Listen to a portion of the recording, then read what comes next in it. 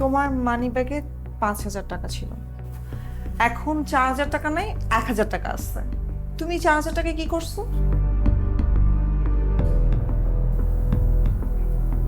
কি হলো বলো, কি করছো?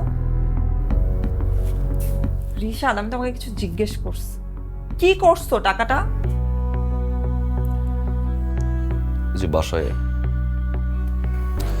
কিছু জিনিস দরকার ছিল, আমার মার মেডিসিন আরো কিছু টুকিটাকি। তোমার কি কোনো দায়িত্ববোধ নাই? মানে তুমি বাসার জিনিসপত্র কিনতে চলে গেছো, তুমি টাকা ইনকাম করো, তুমি জানো কিভাবে টাকা ইনকাম করে, কতটা কষ্ট হয়? আর তুমি এমন কেন? তোমাকে ডানে চলতে বলে তুমি বামে চলো, বামে চলতে বলে তুমি ডানে চলো, তুমি তো কোনো কথাই শোনো না। তোমার কি কোনো রেসপন্সিবিলিটি নাই? তুমি আমাদের ফিউচার নিয়ে ভাবো না? মানে তোমাকে তো আমি বলছি প্রতিদিন 500 টাকার বেশি খরচ করবে না, তুমি কি করছো? কেন আমি বাচ্চা? এই সাইজের একটা বাচ্চা? ইউ থিঙ্ক স্যার কিন্ডার গার্ডেনে পড়ি যে আমাকে তুমি টিফিন খরচ দিবা গুনে গুনে? দেখো, আমাদের বিয়ের 1.5 মাস হলো। এই 1.5 মাসের সম্পর্কের জন্য আমি আমার বন্ধু বান্ধবের সাথে মিট করতে পারি না, অথচ যারা 10-12 বছর ধরে আমার সাথে ছিল। সেদিন আমি বিয়ের 1 মাস পরে আমি ফ্রেন্ডদের সাথে দেখা করতে গেছি। রাত 10টা হয়েছে হয়েছে ওকে, এটা যদি খুব বেশি রাত হয় সরি, তো বাজে কোনো কিছু করিনি।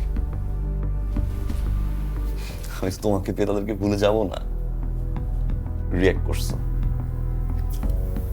রাতে কথা বলছিলাম আমি, ফোন চেক করছো। বিশ্বাসের ঘাটতি তোমার।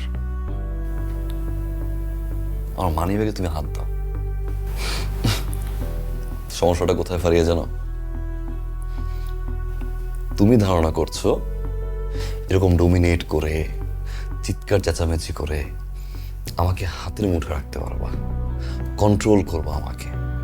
হয়তো তুমি এটা ভাবছো বা কেউ তোমাকে বুদ্ধি দিচ্ছে, বাট এটা ভুল ধারণা ফারিয়া।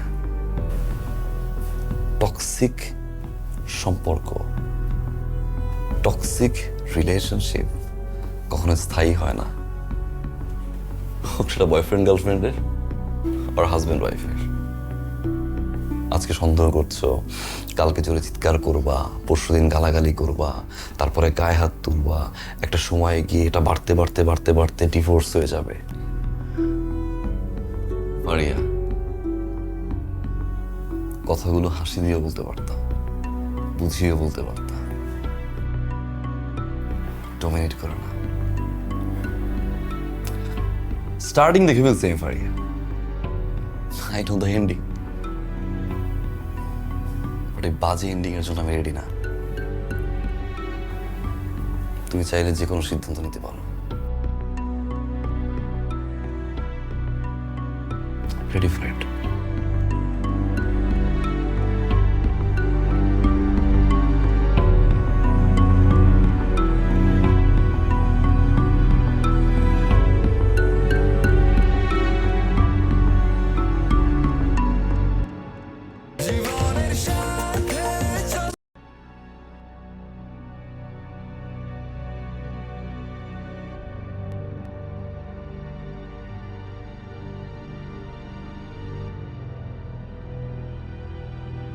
ভালোবাসি,